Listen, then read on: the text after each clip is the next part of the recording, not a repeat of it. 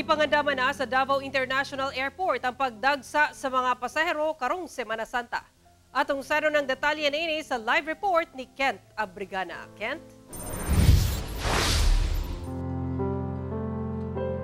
Sara, nag-anam-anam na o kadaghan ang mga pasahero dinhi sa Davao International Airport nga manguli sa ilang tagsa-tagsa nga probinsya karong Semana Santa. Sa iyo nga miabot kining magbanay gikan Isulan Sultan Kudarat sa Davao International Airport padulong Iloilo aron dito ay obserba ang Holy Week. May bahay kasi kami doon, so magstay lang doon tapos sa weekend pa kami talaga. Magpractice nga po dito sa Holy Week. Si Jane kauban ng iyang duha ka higala sa Boracay magbakasyon. Unwind, unwind. Kasi holiday naman ang Thursday and Friday, so may time na maka-get together with the friends. Matod sa Kaap Davao, nagsugod na o kadaghan ang ihap sa mga pasahero kagahapon.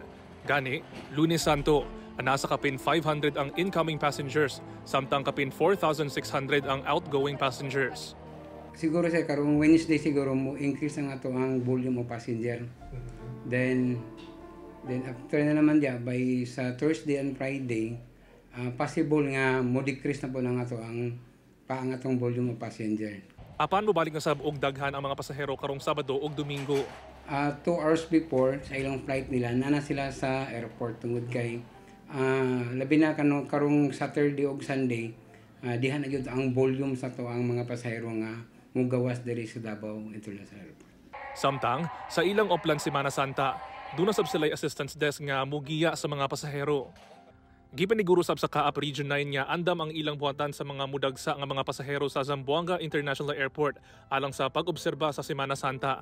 Subay sa ilang datos as of March 26, anasa kapin 1,300 ang ihap sa incoming passengers o kapin 1,400 ang ihap sa outgoing passengers nga mas taas kung itandi sa normal nga adlaw nga anaalang sa 1,000. Nagmuntar sa mga ahensya og malasakit help desk ug doon na say naka-standby nga mga medical team o galing doon na emergency sa airport.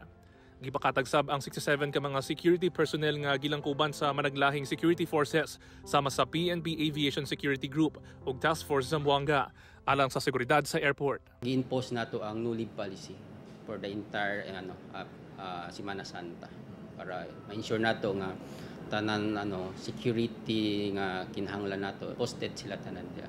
Gikan sa gate, sa entrance, sa sulod sa terminal antud mogawas ang pasahero nato.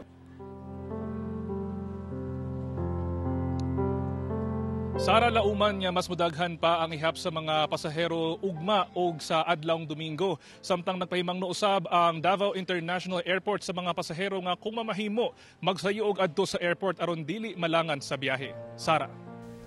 Okay, daghang salamat Kent Abrigana.